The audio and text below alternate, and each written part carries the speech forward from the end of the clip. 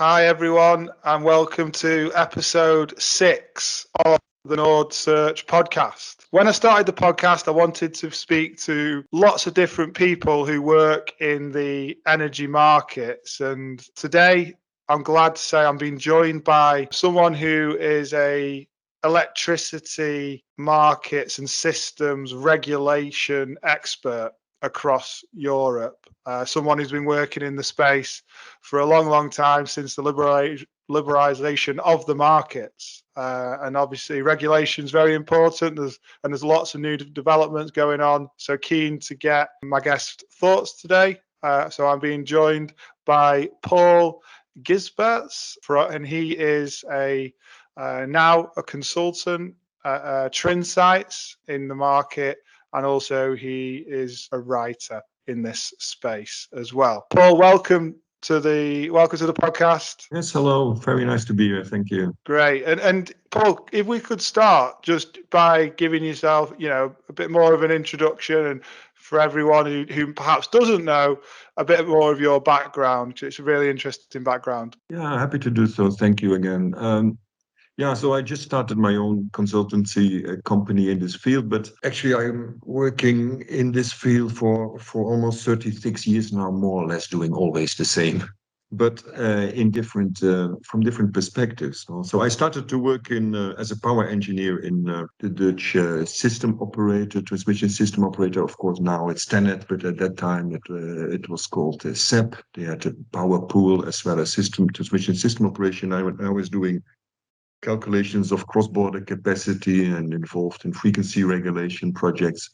But soon I moved to European affairs. It was in 1992 when liberalization was being prepared, being discussed. And so I moved to regulatory affairs. Later I became consultant doing liberalization projects for electricity markets around the globe, actually, also in the Netherlands with Ep6, the power exchange, but in many other countries, also Eastern Europe, Asia. Then I moved to the Dutch regulator, again involved in wholesale markets, cross-border trading, market coupling. And then I worked for Statkraft, Norwegian utility, renewable electricity generator. And I was focusing on EU and German regulations. In Germany, things like redispatch, balancing, integration of renewables into the market. They were doing this market access services. And in Europe, EU developments on new grid codes, on new legislative packages. So I've been following that closely. Also at that time, I worked a lot with EFET, the Association of Energy Traders, and I was also 1 year in the board of EFET, representing them in many stakeholder events in Europe. Then last 2.5 years I worked for the Dutch Energy Association. That's the association Energie Nederland.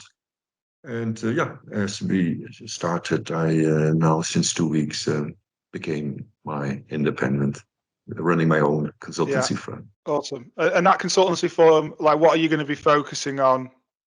Yeah, especially I would like to focus on this interaction between electricity markets and electricity systems, right? Because there is a lot of, I expect there is a lot of need for insights, for real knowledge. It's complex. When we speak about congestion management or balancing, it's something that the system operators do, but it also affects the market. And especially these interactions are interesting. It is complex, but it seems that people tend to make it even more complicated, and I'm hoping to make it more simple and understandable and find solutions for anybody who is interested. Brilliant. Well, I think from my side, it'd be really good if we're talking about regulation in the power markets to start with the electricity market design reform. And if you could give us like a bit of an overview of what that is for anyone who perhaps doesn't know, and also if you could go on to give your thoughts on it and the potential things that we will see when the paper's released and how it will impact the industry? Yeah, thanks. It's of course a huge topic, no, but many things are related to that. But yeah, so this electricity market design reform is not yet fully concluded. We had an agreement in last month, 14 December. So the Council, Parliament seem to have struck a deal, and now we are waiting just for the. It's a formality. It should be a formality for the publication of the new regulations.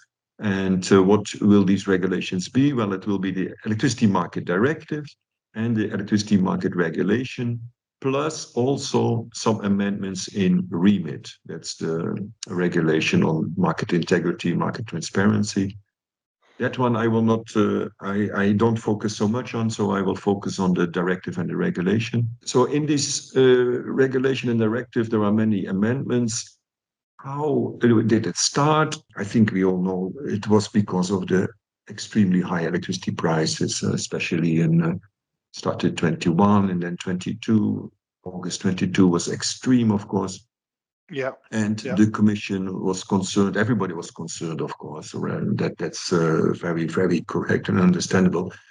But the European Commission took action, you know, and they did two things. First, they did these temporary interventions to dampen the price, basically, for consumers, or to assist to allow for consumers to be supported. And they announced a structural reform. And that structural reform was said that the electricity market needed to be repaired because the electricity prices were coupled with the gas prices, and the gas prices were of course the origin of the high prices. And it felt incorrect. It felt unfair that, especially with more renewables in the market, with low marginal cost, wind, solar, with subsidies, by the way, and they were perceived to be benefiting hugely from these very high electricity prices. And at the same time, the electricity price was set by the marginal unit, which is gas-fired unit normally. So the high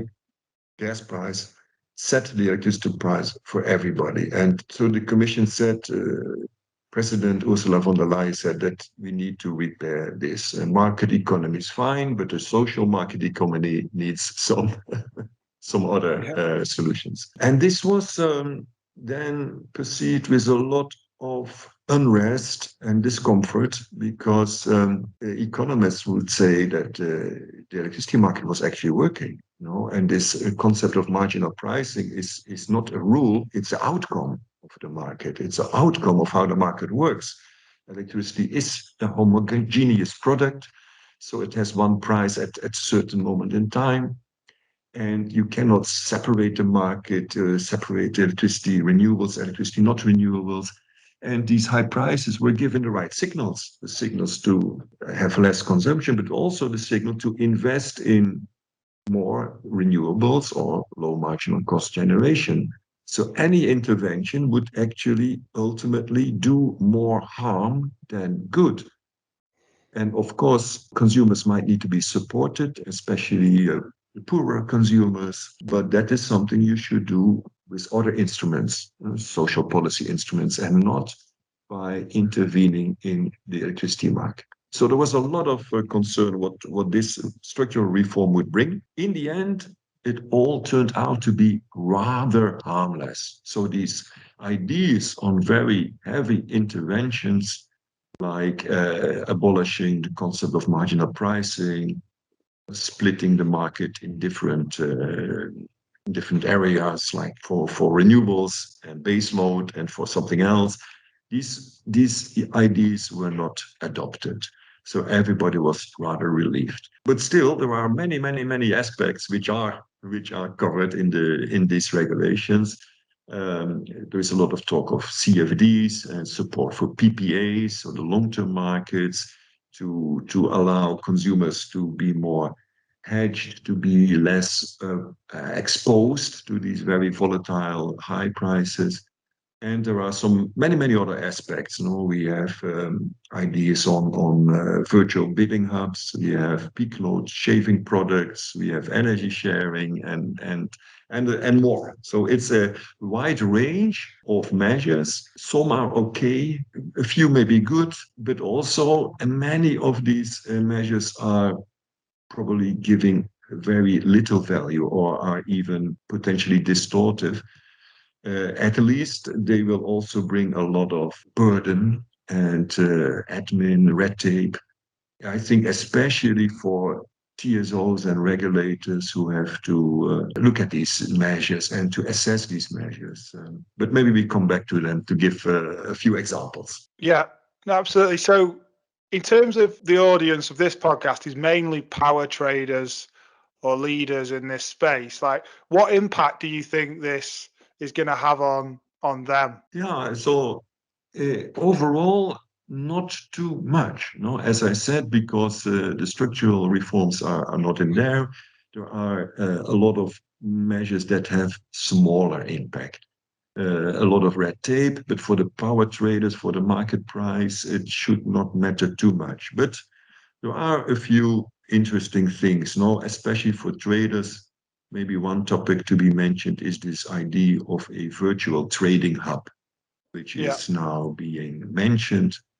It's not it will not be directly implemented. No, so it is an idea, a concept that will have to be assessed and then could be implemented later if it is perceived to be useful. So what is okay, this virtual trading hub?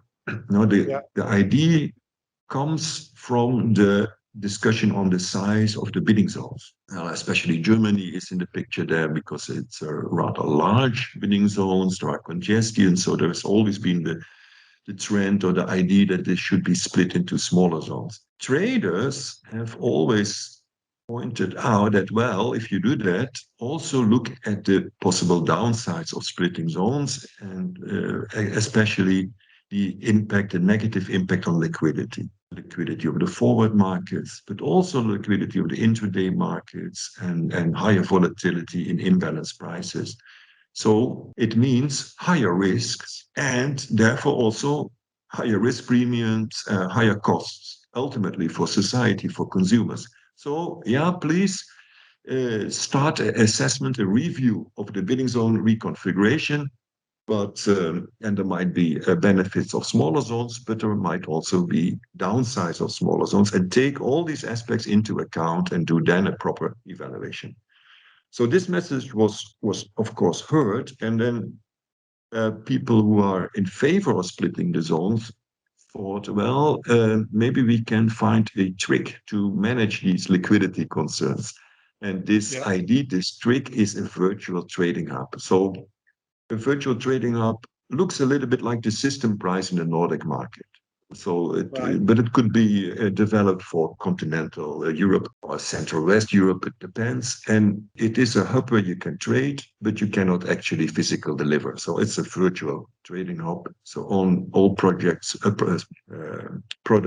will be financial, and the price of this virtual trading hub is then set by a formula which is, for example, the weighted average of the different bidding zones in that area. So the German bidding zone, the Dutch, Belgium, Austrian, French, whatever you want, put them together and you calculate a kind of average. And then the idea is that all the or many market participants in all these markets, Germany, France, etc., would use this virtual trading hub price as a price to hedge their positions. And if everybody does so, you would have a very liquid forward market for this virtual trading hub. And then the hope is also to make it easier to split the existing physical bidding zones. No? The hope is that there is a high convergence of this between the prices, so the virtual hub price towards the different bidding zone price. It will not be a perfect hedge. It will be a proxy hedge, but it could work. On top of that, that's the second element, the TSOs will have to allocate physical transmission rights for this virtual hub towards the different bidding zones, for example, so that you can also buy these transmission rights and hedge your risk, this price differential risk. So that would be a big change for the market. It's unclear whether it will be implemented because first it will have to be assessed. So there will be a lot of research and studies and consultations in the coming years to look at this concept in more detail.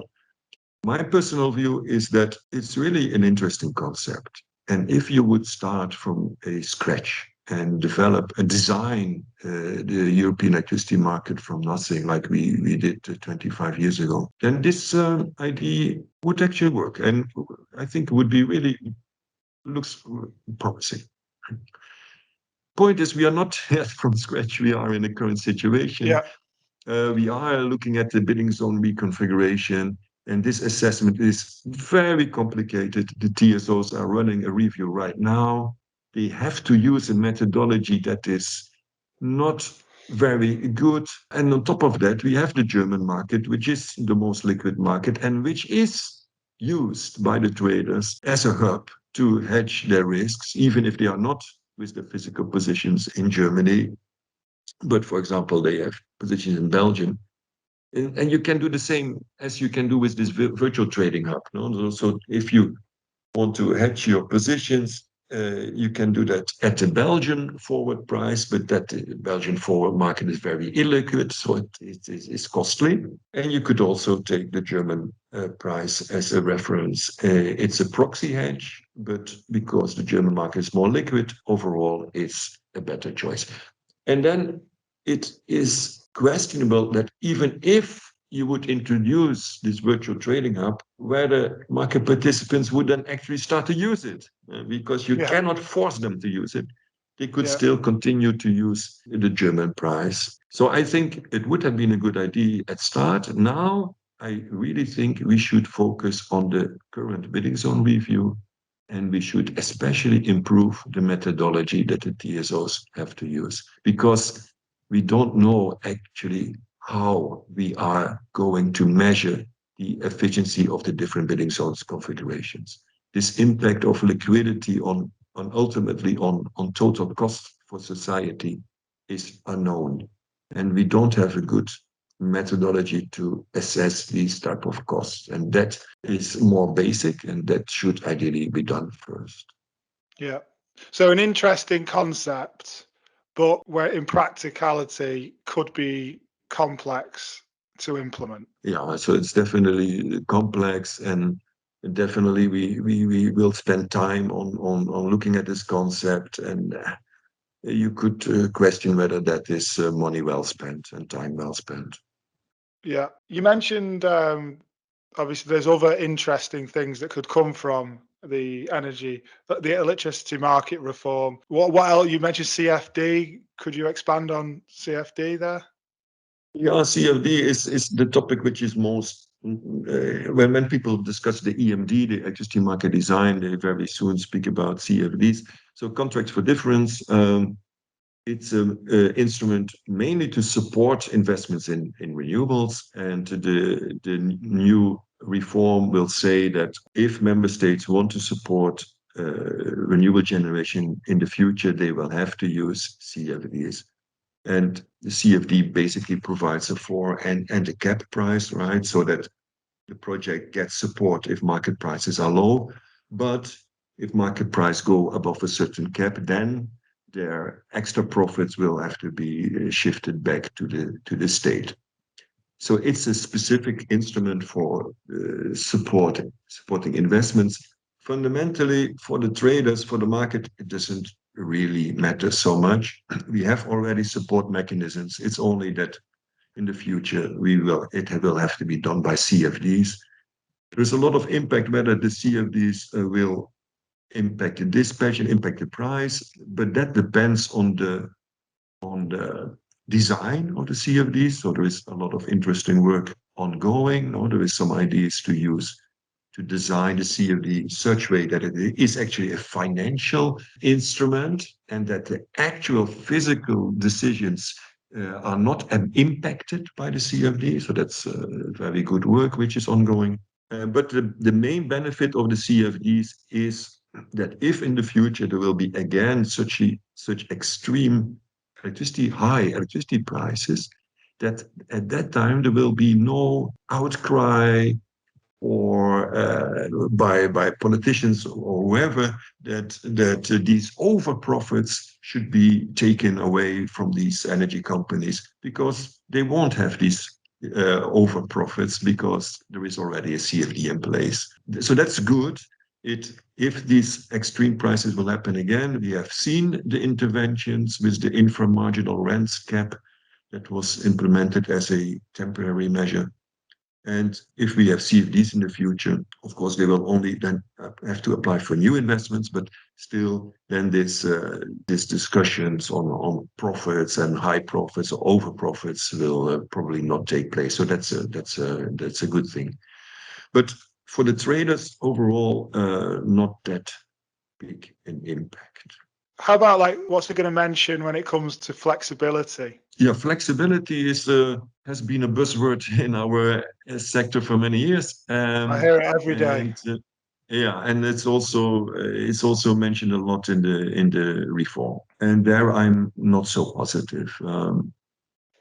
So what will be in the regulations that member states will have to do every 2 years an assessment on the needs for flexibility. Then there will have to be an indicative target for each member state on the amount of flexibility.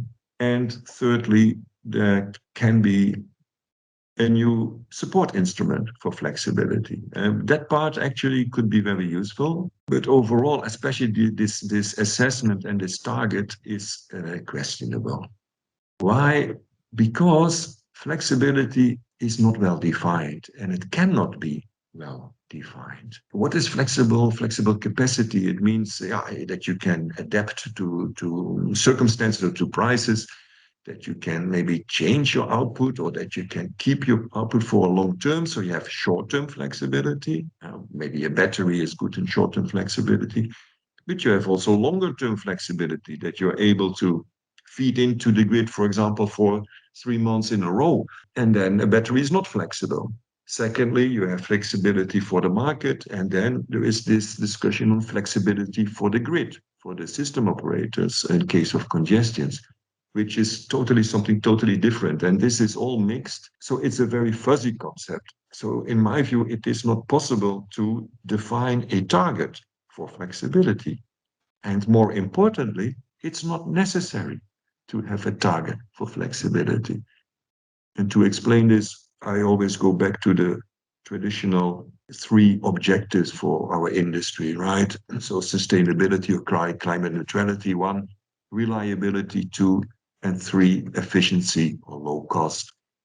And that's it, and that's enough. Just imagine that if you have a system which is both reliable and efficient, then by definition, it also should be properly flexible. If it would not be flexible enough, it would not be and reliable and efficient. So you're just creating additional targets that are not necessary. You create additional admin and complexity. There will have to be a methodology. So the TSOs will be charged to develop a new methodology to assess the amount of flexibility. A lot of fuss, a lot of discussions. So I'm not so optimistic. But if we manage to combine it with the existing monitoring of reliability, then it would make sense. Maybe just to mention one detail, that the Dutch TSO TenneT, who is also doing monitoring of reliability of supply on behalf of the ministry for many years already, they also started to look at flexibility, and they launched a flexibility monitor. In 2019, they published a monitor. But soon after that, if you look for it, you don't see this monitor coming back. So basically it died out. And why? Because they came to a conclusion, well, it looks very nice, but it doesn't add value. We are already monitoring security of supply, reliability, and then it really doesn't add something if you also start to monitor flexibility. But the flexibility support mechanism, that's an instrument. So it's not the CFDs, but it's an additional instrument that member states can use in the future to support flexible assets. And that typically we started to talk about storage and demand response, but also flexible CO2-free generation could also benefit for such an instrument. And this instrument, nobody likes interventions and nobody likes subsidies in a market. But for pragmatic reasons, it might be necessary to do something. And also countries who do not have a capacity market, like Netherlands, but also, Germany, they have a strategic reserve, but okay. This flexibility support instrument could be a better alternative than setting up a full-fledged capacity market. So that provides some flexibility for the member states. Interesting. So you don't think it's necessary to have that 2-year review? Why do you think they're looking to roll that out? What is the objective of the proposal, you mean? Yeah. Yes. Well, it looks very logical, right? And people think, okay, that makes a lot of sense.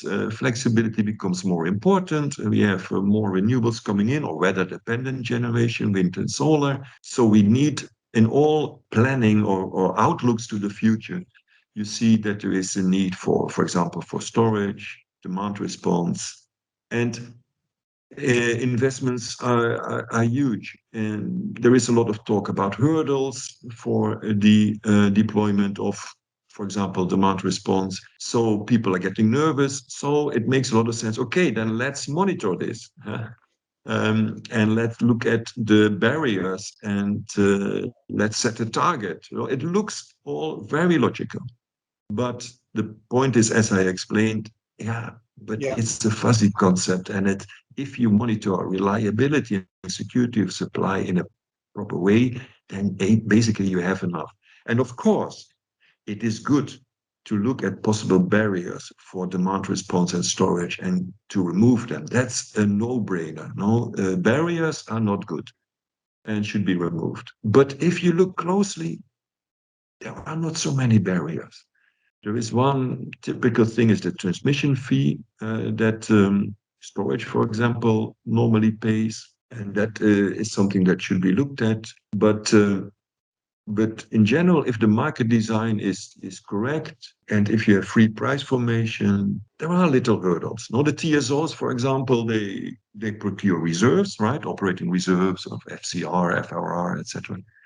And to my knowledge, they already allow for aggregation of different assets. So you can aggregate demand response, smaller bits and pieces, including storage and including a generator flexibility in a portfolio. And from that portfolio, you offer a product to the TSOs. So, I mean, if these concepts are not possible in some countries, now if a TSO doesn't allow for pooling of different flexible assets, then okay, these are type of barriers that should be removed.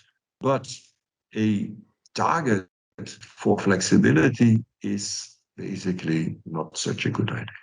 Makes sense, but doesn't work. Yeah. It seems like there's a little bit of a theme.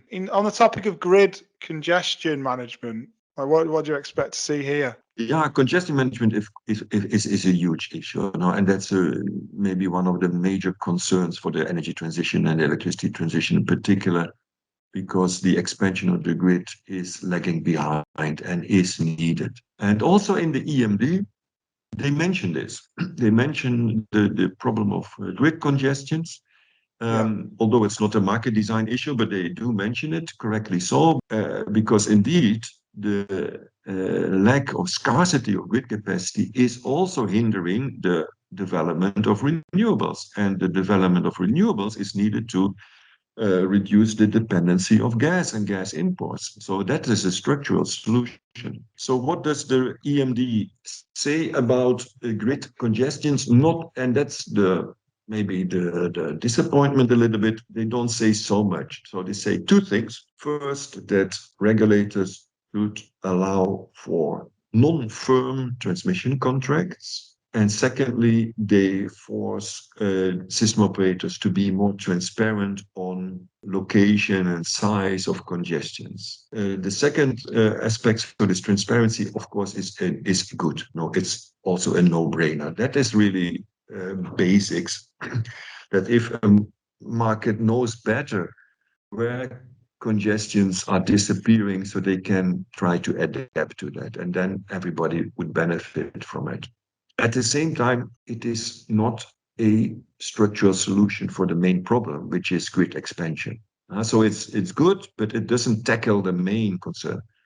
And the first thing I mentioned, the non-firm contracts, yeah, it's also very en vogue in the Netherlands. It's being proposed by the system operators. The regulator has to decide. So a non-firm contract basically means that you have transmission capacity to use, you can use the grid, but not always. And then you are not compensated. And in return, you pay a lower transmission tariff typically. So it looks interesting. So again, it looks really logical to look at this. But my remark here is that, strictly speaking, you already should have congestion management in place, and that is technically doing the same thing. If a grid user is flexible and if he is interested to considering to enter into a non-firm contract, so he is flexible, so he's considering, then he is also able to participate in congestion management. And then the DSOs manage the congestion by restricting this grid user and compensating the grid user. This is the main road to solve things, the main instrument. And my concern is that if you add instruments that basically that are already can be solved by an existing instrument, you basically add complexity to something which is already sufficiently complex. So these are the two topics that I saw that will be in this package. So overall, not too much. And the structural solution for the grid congestion is, of course, grid expansion. And this is the core business of the DSOs. I think they know it, but we even need to more focus on this basics. There is a lot of talk whether the way of regulating the system operators is sufficient, whether it allows for proactive investments.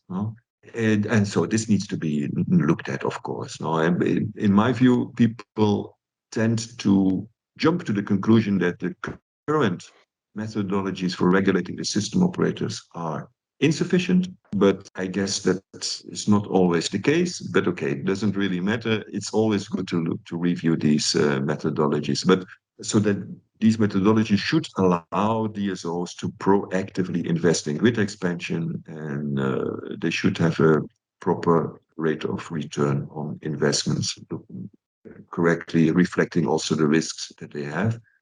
But at the same time, it's also good to actually focus on the grid expansion. What are the investment plans? Are they sufficient? What is the main obstacle for speeding up grid expansion? And typically there are two main bottlenecks, which is the licensing of projects, which takes a lot of time. So that is a responsibility for the authorities to look at. And secondly, it's a manpower problem, a human resources problem for the system operators. They need more people. And that is something that we should look into more closely, because these two things are the main hurdles for grid expansion. It's not so much the regulations, it's more the basics. So we need to focus more on the basics. Yeah. Awesome. Thanks for that. I've got actually, I was asked to invite you on to the podcast by a friend of the podcast, and they asked me to talk to you about a couple of topics. So I'll go on to system support balancing, if you don't mind. So question there is, why does everyone benefit from traders focused on system support balancing or passive balancing, whatever you call it? Yeah, that's a very good and fundamental question. So indeed, in the Netherlands, we call it passive balancing, but it's It means, but it's not good name. System support balancing is better. What does it mean? It means that the market parties, or formally speaking, the BRPs, the balance responsible parties, that they may deviate from their schedule while striving to support the system balance. So they are not a BSP, a balance service provider, to the TSO. They are not activated by the TSO. They do that on their own behalf. They look at the state of the system, and if they see or expect the system to be short, then, and if they see that they have that they can help the system by being long, they deliberately deviate from the schedule and help to balance the system. And this concept is common in the Netherlands, of course. It has been discussed in other cases. In Germany, it has been a big debate. There has been some legal cases about this. Yeah, it's one of my frustrations that this aspect is not tackled in the EMD. No, because the balancing is really at the core of the market design.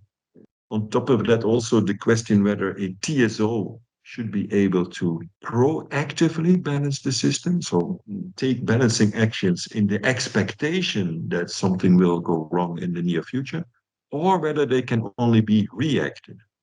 So only looking at the system state now and take actions now. In the Netherlands, it's the latter, so only reactive balancing. But in other countries, it's proactive balancing. And also this is not harmonized. And also this is not covered in the EMD, although this is a fundamental aspect of electricity market design. So it's not tackled, but your question was, why is it beneficial to have system support balancing? Basically the answer is easy. Because then balancing becomes more efficient. The TSO has less problems because the market is helping. And therefore, the TSO needs to procure less reserves and needs to activate less reserves. And it simply becomes less costly. Yeah, that's in a nutshell the answer to that. Yeah. Okay, awesome. And you mentioned obviously congestion earlier. So how can traders actively support a market solution to reduce congestion? Yeah, that's also a very good question, and there is a lot of confusion about it. I can give you my view, my own view, and that'd be great. so the short answer to your question would be do not support, do not look at congestions, because it's not a market. And my thinking is based on the current design of the market. So we have the bidding zones. And within the bidding zone, the market, the traders may assume that they can freely buy and sell within the zone, and they should not be hindered by the possibility of congestions. And then if a DSO or TSO does expect a congestion, of course, he needs to intervene and restrict some assets. And this restriction is congestion management, needs to be compensated.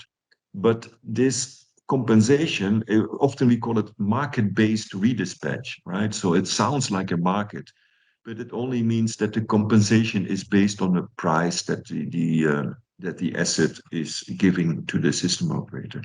But it's not a market segment next to the other market segments like intraday, day ahead, or balancing.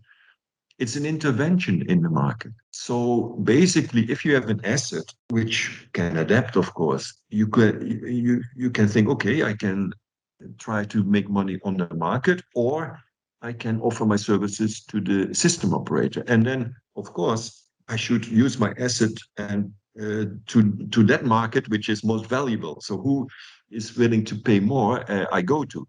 But watch out, this is, in my view, likely to be a violation of remit, because then you could well enter into a situation where you are withholding your capacity from the market in an attempt to make more money with the system operator. You are probably even then aggravating the congestion. So that is likely to be a violation of remit. Of course, it's not my duty to monitor the market and to penalize somebody, but I can only warn you. So traders, yeah, it's very nice if you want to help system operators, and it's very good if you want to make money. But my short answer is don't, no, don't. If you are a developer, project developer, solar, wind, or storage, of course, we already discussed this transparency issue. So it helps if you if you seek a connection where there is available capacity. That is, of course, helpful. These are things you can do. And if you have a flexible asset, participate in congestion management. Ask your system operator for a solution. Offer your availability to be restricted, but simply ask for a proper compensation. But such a compensation, again, should compensate your cost. It should not be a huge revenue. With one exemption, maybe, TSOs, DSOs could also tender flexibility at certain locations. So try in an attempt to have more flexible assets in a certain location of the grid, then of course you can and should try to offer some solution to the system operator. Interesting. Thanks for that. I think that's some good advice there.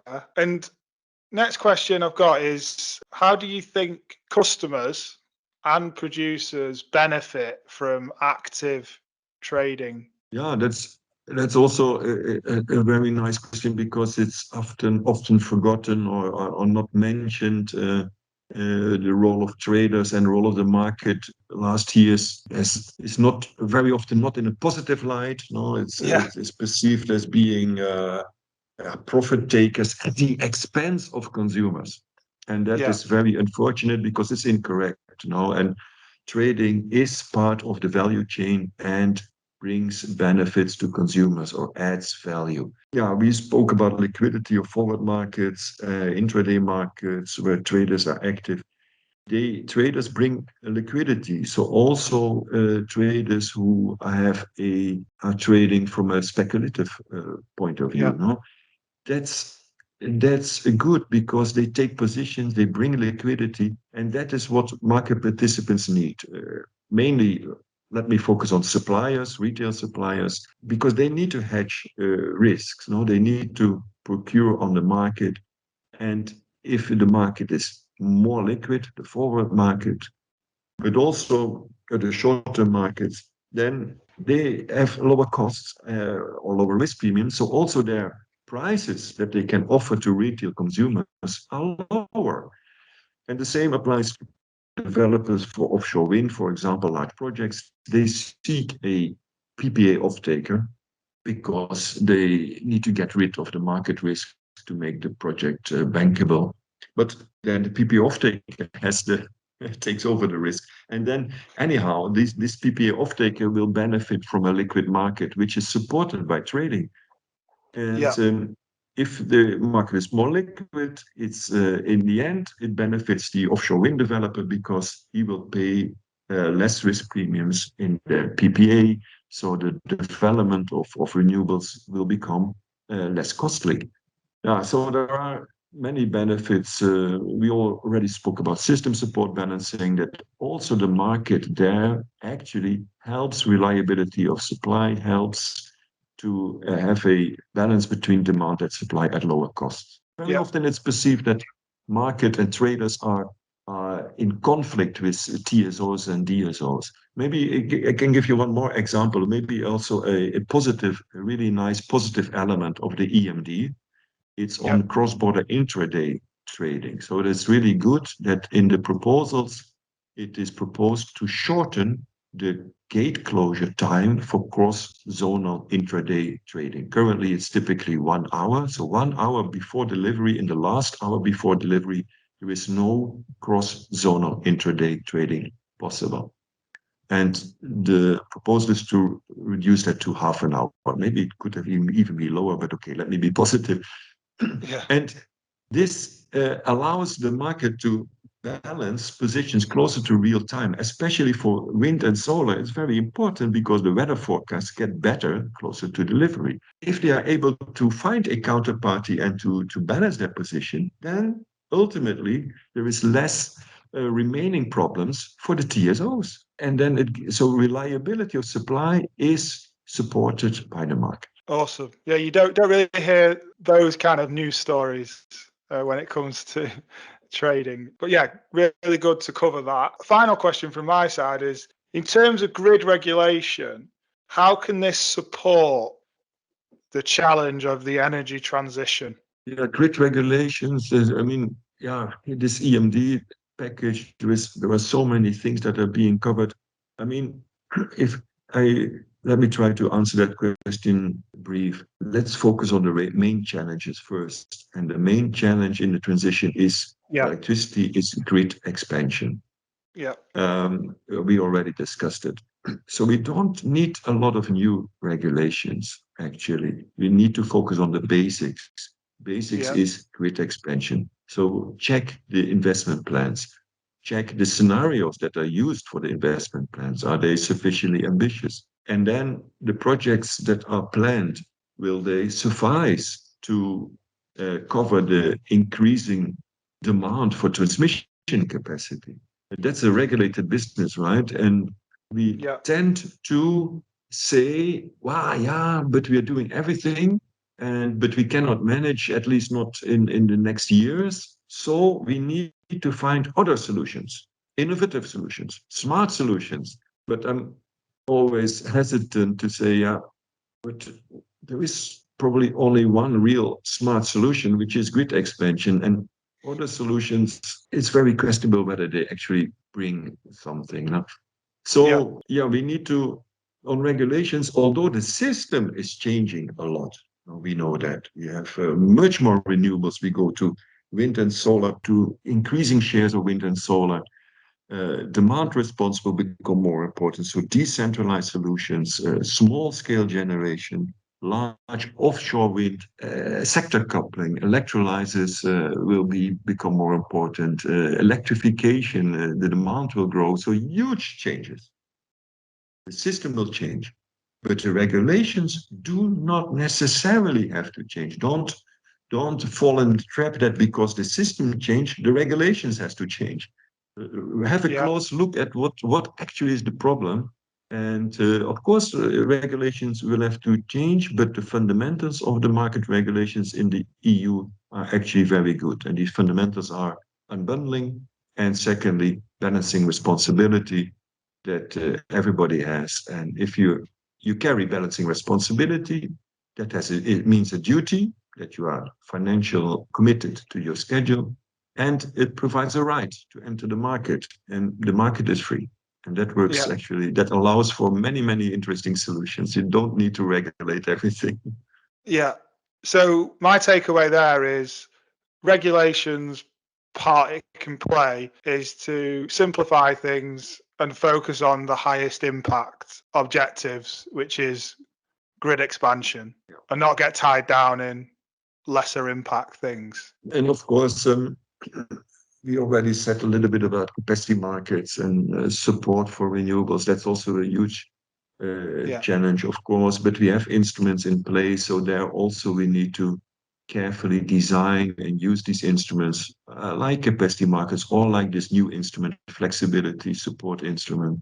So, but on the actual market design, indeed, Brilliant. Well, Paul, I think we've covered quite a lot there. I think it's really interesting, especially we expect the electricity market design reform to come out any day from when this podcast is posted. So yeah, it'd be really interesting to see what comes out, and I'm sure people will find your thoughts there and explanations very, very useful. So I appreciate everything there, Paul. Yeah, thank you. Thank you for the opportunity. And for sure, this discussion on all these different elements will continue. There are many more elements that we didn't touch upon, but hopefully we can do so somewhere in the future. We'll do that next time.